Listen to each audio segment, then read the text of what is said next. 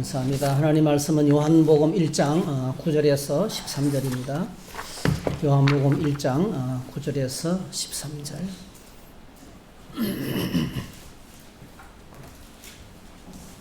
네. 같이 읽습니다. 참빛 곧 세상에 와서 각 사람에게 비추는 빛이 있었나니 그가 세상에 계셨으며 세상은 그로 말미암아 지은 바 되었으되 세상이 그를 알지 못하였고 자기 땅에 오매 자기 백성이 영접하지 아니하였으나 영접하는 자 곧 그 이름을 믿는 자들에게는 하나님의 자녀가 되는 권세를 주셨으니 이는 혈통으로나 육정으로나 사람의 뜻으로 나지 아니하고 오직 하나님께로부터 난 자들이니라. 아멘. 아멘. 오늘 말씀을 가지고 친자녀 이런 제목으로 함께 말씀을 나누겠습니다. 여러분 선물을 받아 보셨죠? 혹시 지난 주간에 선물 받으신 분 계세요? 계절이 주는 선물을 받고 있습니다. 참 벚꽃이 이제 지고 있는 상황이고 개나리도 졌죠. 저희 집 앞에 지금 보니까 철쭉이 이제 터뜨려서 철쭉이 라일락도 피고 있고요. 라일락, 철쭉. 그래서 이 계절이 하나님께서 우리에게 주는 이 계절을 통해서 주시는 이 선물이 엄청난 것 같아요. 오늘 저와 여러분들이 하나님께서 보내신 구원자가 되시는 예수님을 믿으면 하나님께서 우리에게 주시는 선물이 있는데 그것이 구원의 선물입니다. 구원의 선물. 그래서 예수 믿으면 왜 지금 구원이 뭔지를 계속 생각하고 있는데요. 예수 믿으면 제3의 선물을 받습니다. 그죠? 우리 제3의 선물을 받습니다. 큰 은혜죠. 그래서 그동안에 막혔던 관계가 회복됩니다. 죄는 관계를 끊어놓는 거. 하나님과의 관계가 회복되고 사람들과의 관계가 회복되는 제3의 선물. 그리고 예수님을 믿으면 의롭다함을 받습니다. 의롭다함은요, 지방법원, 고등법원에서 사형 선고를 받아도 대법원에서 무죄 석방을 받는 겁니다. 내가 봐도 내가 죄인이고 다른 사람이 나를 봐도 나는 부족하고 부족하다는 것이 죄인이라는 뜻입니다, 여러분. 모자라다는 뜻이거든요. 또 너무 지나치는 것도 죄고요. 그래서 지나치는 걸 보고 허물이라고 그러고요. 허물, 목표를 벗어나는 거죠. 허물.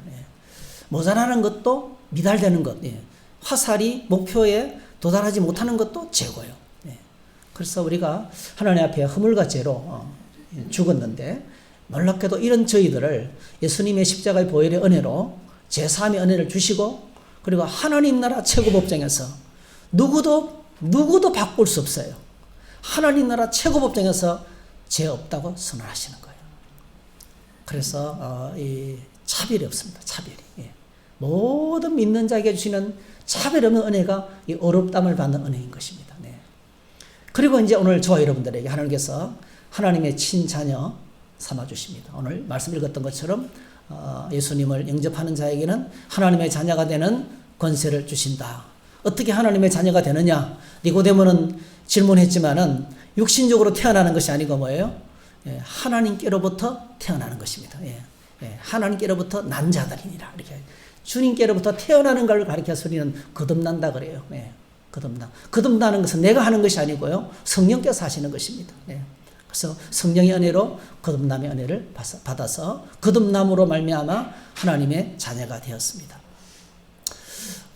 우리가 지난 주간 제가 유튜브를 통해서 뉴스를 보니까요. 좀 텔레비전 잘 안 보니까 정말 반인륜적인 사건이 끊임없더라고요. 부모가 아이를 때려서 죽이기도 하고요. 자식이 부모를 죽였어요. 딸이 그냥 여러분 보셨을 거예요. 딸이 남편으로부터 계속 구타를 당하니까 이 부모가 어머니가 그러니까 이제 장모님이죠. 장모님이 이 딸 집에 가서 살았어요. 그 싸움을 만들려고. 근데 사위로부터 맞아서 죽었어요. 이 시체를 트렁크에 집어넣고 유기했어요. 딸과 사위가 시체를 유기했어요. 거기 다 드러난 거예요. 정말 끔찍한, 그래서 너무나 파렴치한 반인륜적인 행위이기 때문에 그의 얼굴을 공개하고 신상을 공개하고 뭐 그런 이제 이야기를 읽어봤습니다. 이런 이제 반인륜적인 범죄를 보면서 우리가 치를 뜨는 이유가 뭡니까?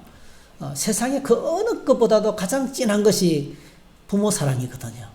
부모의 자식 사랑이고 자식의 부모 사랑이거든요. 이거는 정말 뭐 하나님 주신 아무리 세월이 흘러도 바뀔 수 없는 질서잖아요. 사랑은 위로부터 내려오는 건데 위로부터 내려오는 이 사랑을 누가 막을 수가 있겠어요? 지난주에 성경을 읽으면서 아버지 사랑이 참 이런 거구나 하는 것을 제가 가슴 깊이 느낀 것이 있는데 그게요. 다윗이 아들 압살롬이 반란을 일으켰어요. 나라의 80%가 다 넘어갔습니다. 제사장들, 장군들 다 넘어갔어요. 다윗이 막 쫓겨갔습니다. 너무 급해가지고 맨발로 도망갔습니다. 맨발로. 신발신을 길을 도시 도망을 갔습니다. 그렇게 이제 반란이 일어났는데 드디어 그 다윗이 심어놓은 그 모사꾼이 이겨서 모사꾼 덕분에 전쟁이 조금 이제 시간을 조금 벌면서 결국 이제 다윗의 군대와 압살롬의 군대가 싸움을 벌였습니다. 엄청나게 치열한 전쟁이 벌어졌습니다. 그 전쟁통에 압살롬이 그렇게 자랑하던 긴 머리가 노새를 타고 지나가다가 나뭇가지에 걸리고 그리고 압살롬이 이제 죽임을 당합니다. 그 전쟁에서 이스라엘 이제 드디어 요압 장군이 이기고 다윗이 다시 왕권을 회복하게 되는 과정인데요. 전쟁의 소식 속에서 이제 다윗이 목이 빠지도록 기다린 것이 아들의 생사에 보여요. 지시했거든요. 아들은 죽이지는 말라. 잡아오지만은 절대로 죽이지는 마라. 이렇게 부탁을 했는데 결국 뭐죠? 요압 장군과 그의 부하들이 압살롬을 죽였습니다. 그 압살롬의 죽음 소식을 듣고 다윗이 통곡하죠. 한번 같이 읽어볼까요? 시작. 왕의 마음이 심히 아파 문이 층으로 올라가서 우니라. 그가 올라갈 때 말하기를 내 아들 압살롬아, 내 아들 압살롬아, 차라리 내가 너를 대신하여 죽었다면 압살롬 내 아들아 하였더라 했어요. 그러니까 자기를 죽이겠다고 달려드는 아들의 죽음 소식 앞에 다윗이 통곡하는 겁니다. 이거는요, 어떤 이성적으로 아니, 어떻게 이럴 수가 있느냐고. 그놈의 자식이 잘 죽었다. 이렇게 해야 되는데. 그러잖아요. 그러니까 이게 아무도 헤아릴 수 없는 부모 자식 간의 사랑이에요. 부모의 자식 사랑은 이렇습니다. 자기를 죽이려고 달려드는 아들 앞에서도 그 아들의 죽음 앞에 통곡을 하는. 제가 그래서 이 아버지의 사랑이 막 깊숙이 점여오는 걸 느꼈습니다. 저도 개인적으로 저희 아버지 생각도 나고 좀 슬픈 시간을 가졌습니다. 시편에 보면 이 아버지의 자식 사랑이 하나님께서 우리를 향한 사랑이라고 말하고 있어요. 시편 103편에 보니까 제가 읽어드릴게요. 여호와는 긍휼이 많으시고 은혜로우시며 노하기를 더디하시고 인자하심이 풍부하시도다. 자주 경책하지 아니하시며 노를 영원히 품지 아니하시리로다. 우리의 죄를 따라 우리를 처벌하지는 아니하시며 우리의 죄악을 따라 우리에게 그대로 갚지는 아니하셨으니 이는 하늘이 땅에서 높음 같이 그를 경외하는 자에게 그의 인자하심이 크심이로다. 동이 쇠에서 먼 것 같이 우리의 죄가를 우리에게서 멀리 옮기셨으며 아버지가 자식을 긍휼히 여긴 같이 여호와께서는 자기를 경외하는 자를 긍휼히 여기시나니 이는 그가 우리의 체질을 아시며 우리가 단지 먼지뿐임을 기억하심이로다. 그러니까 우리를 향한 하나님의 사랑은 긍휼입니다. 긍휼. 오늘 주와 여러분 안에 하나님의 긍휼이 넘치기를 축복합니다. 내 주변에 고통당하는 사람, 연약한 사람을 향해서 우리가 참 아픈 마음을 갖고 그를 위해서 기도하고 그를 격려하고 도와주는 것이 긍휼이거든요. 이런 교회가 가장 강력할 때는 긍휼 사역이 많아져야 돼요. 기쁜 때 기뻐하는 것도 중요하지만요. 고통당하고 힘든 사람들을 향해서 기도하고 아파하고 같이 느끼는 거죠. 이 긍휼이란 말과 통하는 것이 체율이고 체율. 신경세포가 같이 연결됐다는 거예요. 히브리서에 보니까 우리 예수님은 우리의 연약함을 체율하지 못하는 분이 아니에요. 이렇게 했어요. 옛날 버전에. 그러니까 우리가 아플 때 주님은 똑같이 아파하신다는 거죠. 하나님의 마음이 긍휼의 마음이고요. 하나님의 사랑이 긍휼 사랑이에요. 긍휼 사랑. 여러분, 모든 사랑은 하나님께로부터 오는 줄 믿습니다. 예. 모든 사랑은 하나님께로부터 옵니다. 예. 요한일서 4장 7절에 사랑의 사도 요한이 이렇게 말했습니다. 읽습니다. 사랑하는 자들아, 우리가 서로 사랑하는 자자. 사랑은 하나님께 속한 것이니 사랑하는 자마다 하나님으로부터 나서 하나님을 알고 사랑하지 아니하는 자는 하나님을 알지 못하나니 이는 하나님은 사랑이시니라. 모든 사랑은 하나님께서, 하나님이 태초에 우리 인간을 만드셔서 하나님의 형상대로 하나님을 닮게 만드셨어요. 이거 사랑이에요. 이거 엄청난 사랑입니다, 여러분. 나를 닮은 내 손자, 손녀들, 그죠? 내 자식들. 나와 똑같죠, 뭐. 얼마나 우리가 사랑합니까? 똑같은 사랑으로 하나님 우리를 사랑하신다는 그런 고백이거든요. 이 하나님의 사랑이, 예, 하나님이 보내신 유일한 구원자 되시는 예수 그리스도를 영접하고, 마음의 중심에 모시면 하나님의 자녀가 되는 권세를 받는데, 자, 이 하나님의 사랑이 우리에게 어떤 것인지를 우리가 오늘 본문을 통해서 같이 읽었습니다. 네. 하나님의 사랑. 세상은 그를 몰랐습니다. 세상은 그를 몰랐습니다. 이스라엘 땅에 자기 백성에게로 갔지만은 자기 백성이 거절했습니다. 영접하지 않고 거절했습니다. 네. 그런데 12절, 영접하는 자. 이거는 뭡니까? 어떻게 영접하게 됩니까?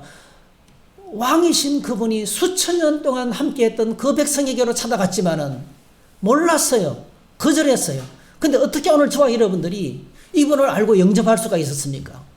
하나님의 절대적인 은혜와 사랑인 줄로 믿습니다.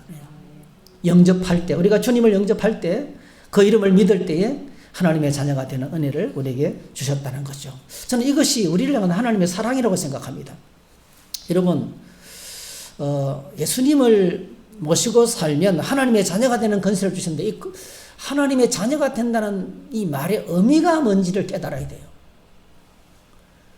예수님을 믿으면 우리 하나님께서 나를 하나님의 자녀 삼아 주시거든요.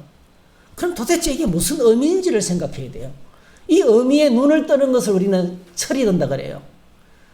자식이 나를 낳아준 어머니, 아버지에 대한 그 의미를 발견하는 그 가치와 그 희생과 섬김과 수고를 깨닫게 되는 그 날이 철이든 날이죠.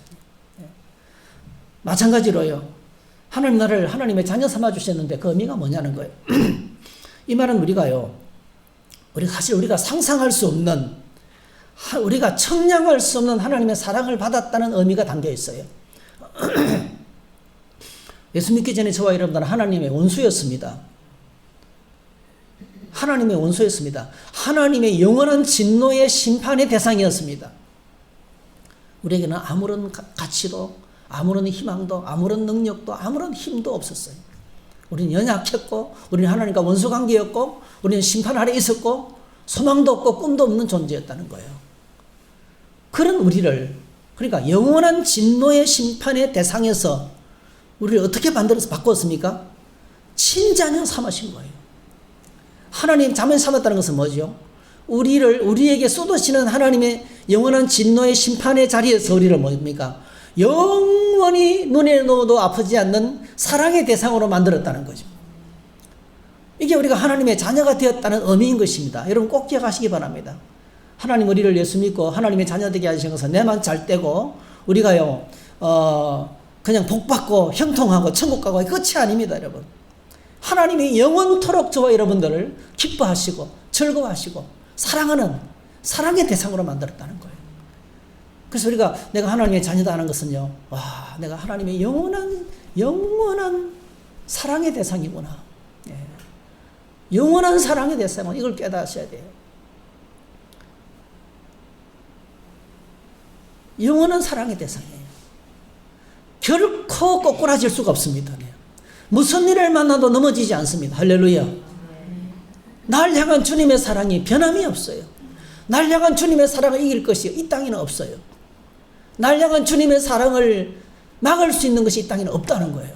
그 어떤 것도 막을 수 없기 때문에 나는 주님의 사랑 가운데, 그래서 눈동자같이 나를 살피시고, 여러분 자식을 사랑하는 엄마는요, 애기 울음소리만 들어도 알아요. 그렇죠? 주방에서 일을 하고 있어도 모든 신경은 거기다가 있어요. 네. 하나님의 모든 관심과 사랑이 나에게 눈을 떼지 않고 나를 향하고 있다는 것이 이 말의 의미인 것입니다.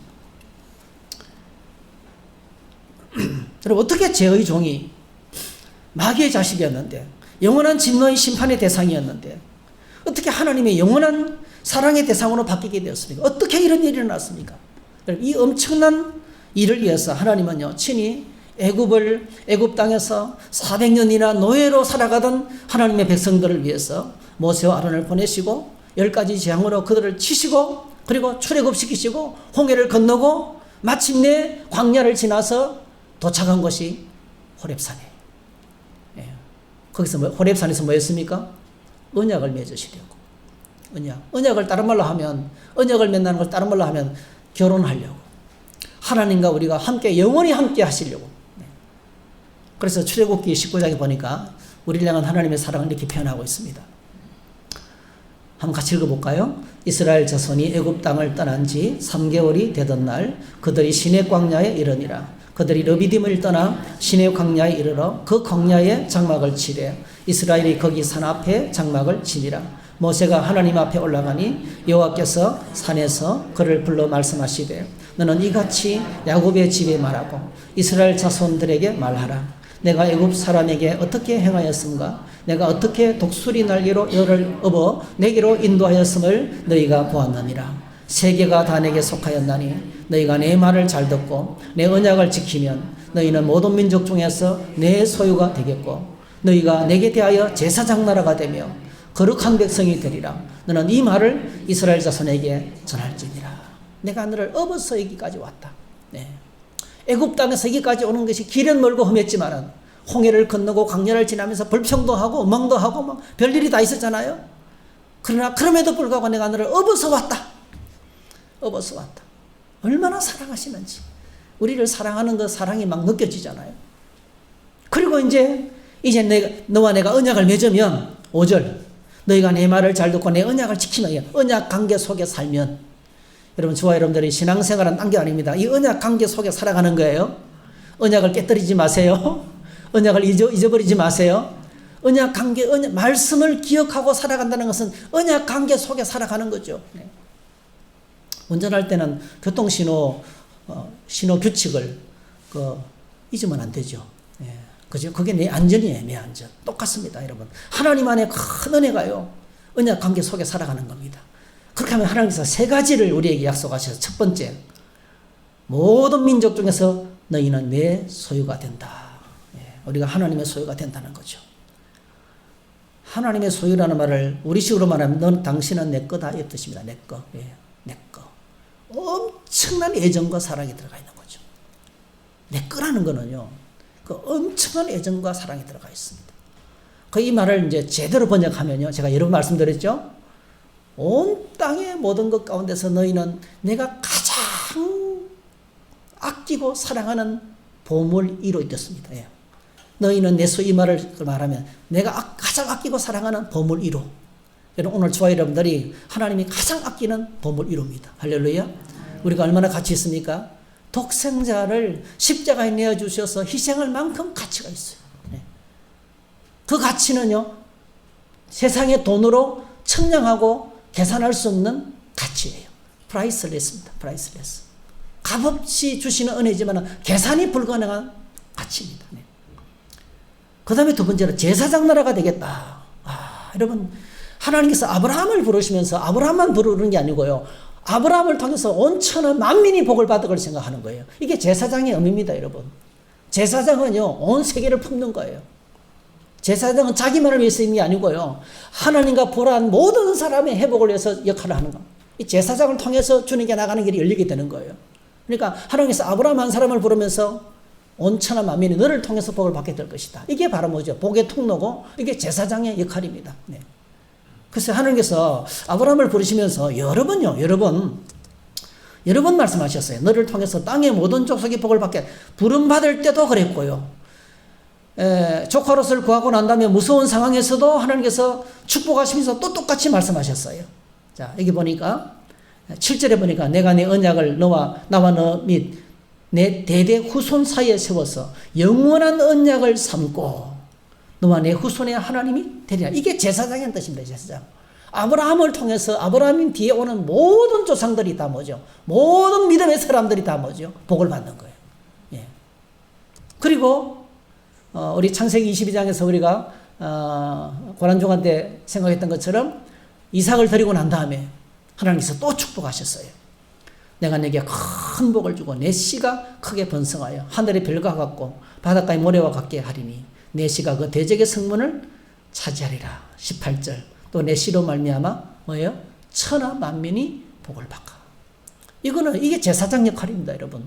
오늘 저와 여러분들이 주님 앞에서 제사장으로 살아가기를 축복합니다. 제사장은요, 특히 우리는 예수님께서 우리는 왕 같은 제사장을 했어요. 왕의 마음을 갖고, 왕의 마음은 전체 백성을, 나라 전체를 보는 거죠. 왕의 마음을 갖고, 왕의 권세를 가지고, 사단의 세력, 어둠의 세력을 묶고, 잘못하는 놈들은 징계하고, 그죠? 예, 가두고, 공권력을 사용해서 왕의 마음으로 통치하는 거예요. 그리고 왕의 마음으로 온 백성의 유익을 위해서 주의 사역을 감당하는 것입니다. 이게 이제 하나님 나라를 바라보면서 살아가는 제사장의, 우리가 이렇게 제사장, 여러분 제사장은요, 그 당시에 왕을 축복하는 사람이 제사장입니다. 왕을. 여러분, 축복을 받는 사람이 높겠습니까? 축복하는 사람이 높겠습니까? 오늘 저와 여러분들이 날마다 세계를 축복하고 온 땅의 모든 민족을 축복하는 축복자로 살아가기를 바랍니다. 그 축복자가 제사장이에요. 엄청 존귀하죠. 엄청 존귀하죠. 새벽마다 기도하면서 저는 세계를 축복하고 대한민국을 축복하고 여러분들을 축복합니다. 제가 얼마나 뿌듯한지 몰라요. 예. 오늘 우리가 그렇게 그냥 그런 위치에서 하나님께서 그렇게 노예살이하던 노예의 신분을 해서 뭐죠? 제사장의 신분으로 만들기 위해서 뭐가 필요합니까? 훈련이 필요하죠. 그 훈련의 시간이 40년 광야예요. 반드시 훈련이 필요합니다. 하루아침에 노예 근성이 하루아침에 안 빠져나갑니다. 우리 안에 있는 세상 속에서 찌들어 있는 이기주의가, 나밖에 모르는 이기주의가요, 그냥 이거 다 내려놓고 퍼주고 나누고 베풀고 살아가기가 쉽지 않습니다. 훈련이 필요합니다. 그래서 이런 일 만나고 저런 일 만나고 이런 문제 만나고 저런 문제 만나면서 결국 결론은 뭡니까? 아이고, 날 위해서 발부둥 친 거 다 소용없네. 다 헛된 일이네. 주님 말씀 붙들고 살아가는 것이 가장 가치가 있네. 할렐루야. 깨닫게 되면서 비로소 내려놓아지는 거예요. 우리가요, 이것 하려고 하고 저것 하려고 막 이런 많이 해보세요. 네. 시간 지내놓고 나면요, 아무것도 아니에요. 네. 세상에서 그 좋다는 것들 막 그거 차지하려고 발버둥 치는데 지내놓고 나면 아무것도 아니에요. 네. 아무것도 아닌 걸 위해서 우리가 얼마나 목숨 내놓고 살아가는지 모릅니다. 네. 그리고 마지막으로 뭐라고 하셨어요? 하나님께서 우리에게 하시는 말씀이 거룩한 백성, 세상에서 구별된 하나님 나라 백성으로 삼으시겠다. 그래서 내 소유가, 너희는 내 소유가 되겠고, 제사장을 삼겠고, 그 다음에 하나님 나라 백성이 되어서 하나님이 친히 다스리고 통치하는, 하나님의 통치 속에 살아가는 하나님 나라 백성으로 내가 너를 보살피겠다 하셨어요. 할렐루야. 여러분, 우리가 아무리 큰 문제를 만나도 주님이 나를 버리지 않습니다. 주님께서 나를 보호하시고 지키시고 인도하실 줄로 믿습니다. 이게 이제 하나님 나라 백성으로 살아가는 거예요. 네. 얼마 전에 미군 조종사 하나가 적진 가운데 떨어졌잖아요. 네. 그 한 사람 구하려고 그 엄청난 거대한 수송기 2대를 폭파시키고, 네. 그죠? 수백 대의 비행기를 띄우고 천문학적인 숫자의 돈을 쏟아부었습니다. 제가 그걸 보면서, 야, 이 미국이라는 나라가 조종사 한 사람 키우는데 보통 문제가 아니거든요. 네. 한 사람의 생명을 구하기 위해서 대가를 지불하는구나. 여러분, 세상 나라는 그게 옳다 그르다를 걸 떠났어. 우리가 하나님 나라 백성은 하나님 백성을 끝까지 책임지실 줄 믿습니다. 하나님 다스리고 통치하시고 보호하시는 겁니다.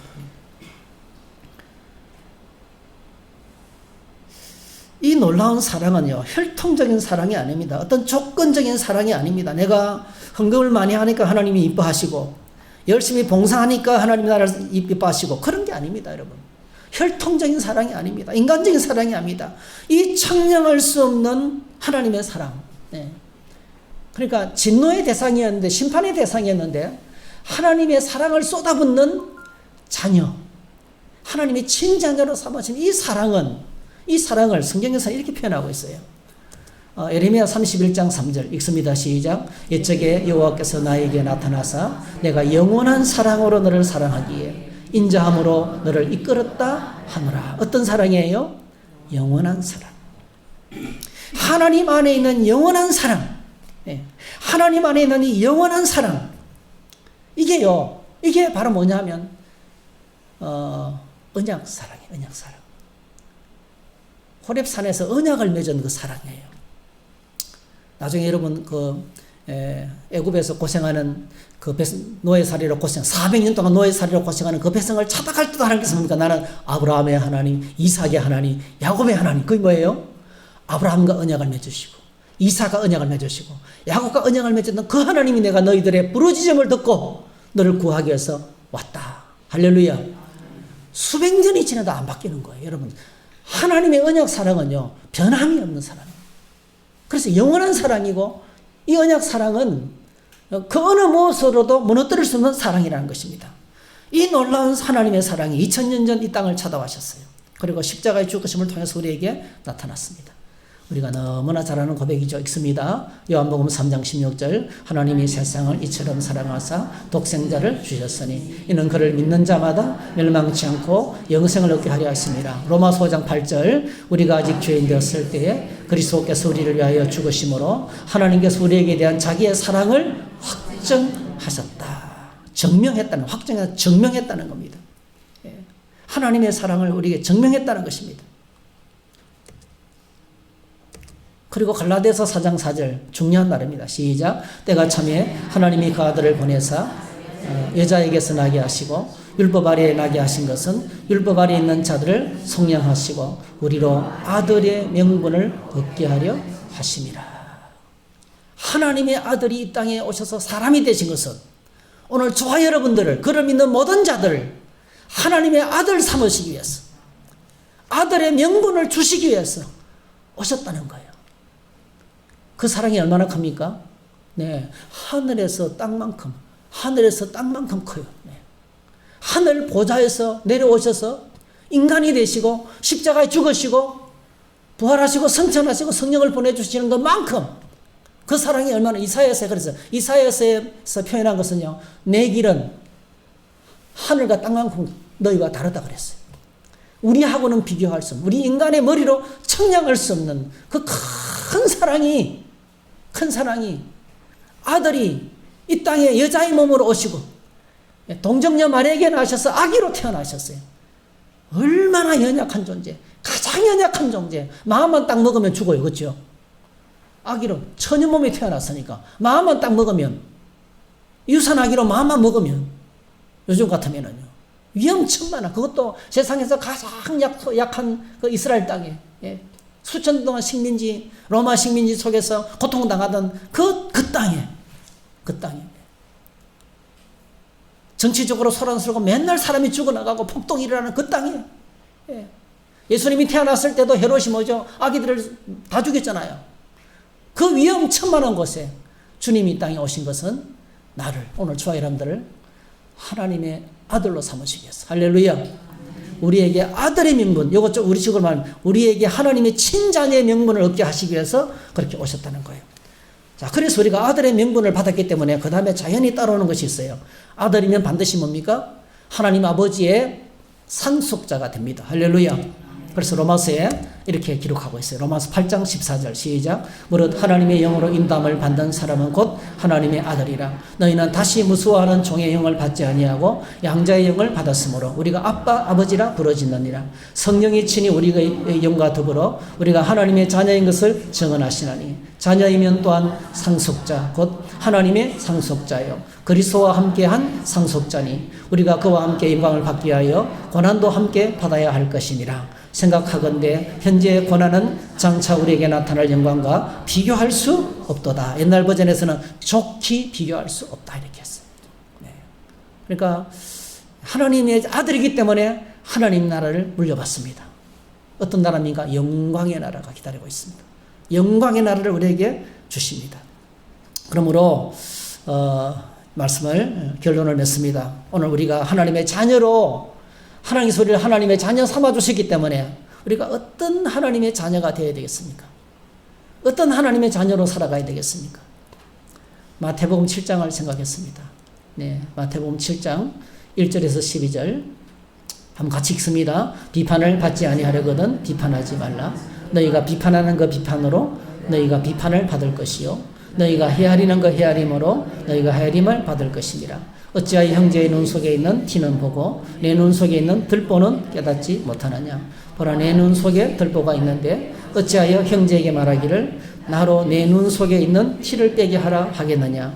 외식하는 자여 먼저 내 눈 속에서 들보를 빼어라. 그 후에야 밝히 보고 형제의 눈 속에서 티를 빼리라. 거룩한 것을 그에게 주지 말며 너희 진주를 돼지 앞에 던지지 말라. 그들이 그것을 발로 밟고 돌이켜 너희를 찢어 상할까 염려하라.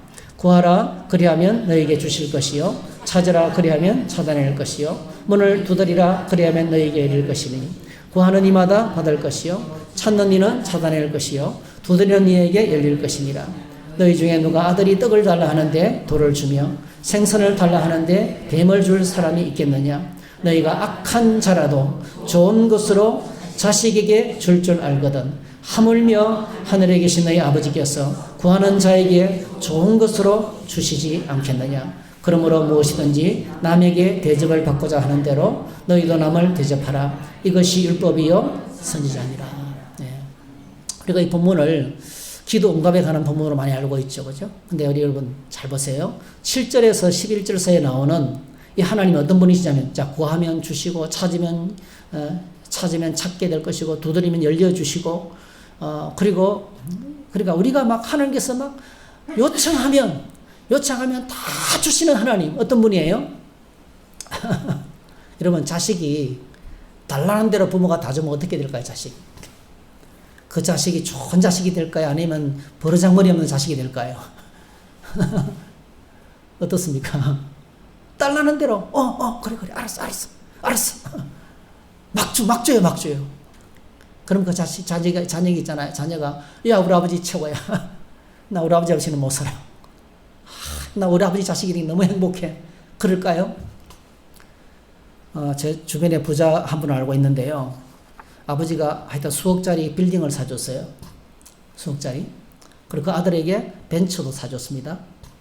그리고 또 사업장도 줬어요. 좋은 아버지야, 나쁜 아버지예요? 근데 그 자녀를 만나봤는데요. 아버지는 돈이 엄청 많으면서 다른 사람은 이거까지 해주는데 나한테 왜 이렇게 인색하시지? 불만이 가득해, 자식. 만나봤거든. 자녀를 만나봤대요. 불만이 가득해. 와. 오늘 저희들이 하나님 앞에 어떻게 하면 하나님의 좋은 자녀가 될까요? 하나님의 자랑스러운 자녀로 살아갈까요? 그래서 제가 이 말씀을 묵상하면서 이제 수요일날 말씀을 나눈 말씀인데 우리 하나님, 오늘 본문에 나타난 하나님은요 반드시 어떤 분입니까? 11절 읽어보십시다. 시작. 너희가 악한 자라도 좋은 것으로 자식에게 줄 줄 알거든 하물며 하늘에 계신 너희 아버지께서 구하는 자에게 좋은 것으로 주시지 않겠느냐. 우리 하나님은 100% 좋으신 하나님이에요. 좋으신 하나님. God is so good. 하나님 좋으신 분입니다, 여러분. 근데 왜 이 말을 할까요? 왜 이 말을 하실까요? 나 좋은 사람, 나 좋은 하나님이야. 하나님께서 자신이 스스로 했잖아요. 나 좋은 하나님이야. 왜 이 말을 할까요? 그러면서 12절을 말씀하시죠. 12절. 이거 뭐죠? 황금률. 주님께서 하신 말씀 산상보험 가운데서 이걸 보고 12절을 황금률이라 그래요. 읽습니다. 시작. 그러므로 무엇이든지 남에게 대접을 받고자 하는 대로 너희도 남을 대접하라. 이것이 율법이요 선지자니라. 이걸 엄청 쉽게 말하면 나 너희들에서 독생자를 보내고 진노의 대상이었던 원수 같은 너희들을 자식 삼으시고 자식 삼아주셨고 손양원 목사님이 생각났어요. 자기 아들을 죽였던 두 아들을 죽였던 그 공상당원을 자기 아들 만들었잖아요. 그래서 손양원 목사님의 그 자서전 이름이 사랑의 원자탄이에요. 제가 그거 읽고 얼마나 울었는지 몰라요. 여러분, 자기 자식을 죽창에 찔려 죽인 그 아들을요, 그 청년을 아들 삼을 수 있겠어요? 네. 하나님께서 우리를 그렇게 하셨다는 거예요. 하나님께서 이렇게 우리를 그렇게 나를 그렇게 맞아주시고 사랑을 삼아주셨는데, 하나님 정말 좋은 분이에요. 그리고 하나님의 자녀가 돼서 부르짖고 하면 다 들어주시겠다고 말씀하시는 분이에요. 하나님 정말 좋은 분이에요. 할렐루야. 그런데 이 말씀을 하시는 이유가요, 너희도 나를 닮아서 좋은 자녀가 되라는 뜻이에요. 어떻게 좋은 자녀가 오늘 주일인데 어떻게 좋은 자녀로 살아갈 수가 있겠습니까? 12절, 너희도 남을 대접하라 하는 거죠. 받을 것만 생각하지 말고 무조건 터주라는 거예요. 주라, 베풀고 나누어 주라는 거죠.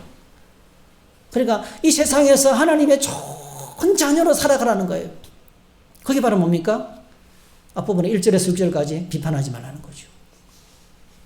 다른 사람의 약점을 차단해서 공격하지 말라는 거죠. 비판하지 말라.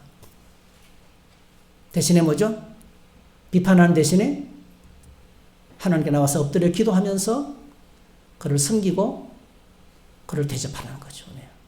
베풀고 나누면, 그래, 하나님의 좋은 자녀로 살아가면, 여러분, 하나님의 좋은 자녀로 살아가면 하나님께서 우리의 모든 기도에 쏟아부어 응답해 주신다는 거예요. 할렐루야.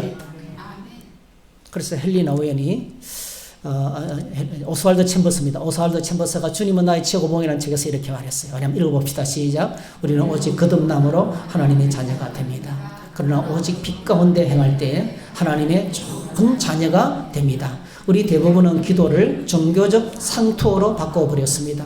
그래서 기도가 감정의 문제가 되었고 하나님과의 신비한 체험이 되어버렸습니다. 우리는 모두 영적 안개를 만드는 데 전문가들입니다.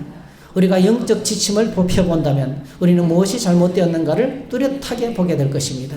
친구와의 관계, 갚지 않은 빚, 혈기를 부린 것 등 우리가 하나님의 자녀로서 살지 않는 한 기도는 아무 소용이 없습니다. 우리가 하나님의 자녀로 살아갈 때 예수님은 구하나님마다 얻을 것이요 라고 말씀하십니다.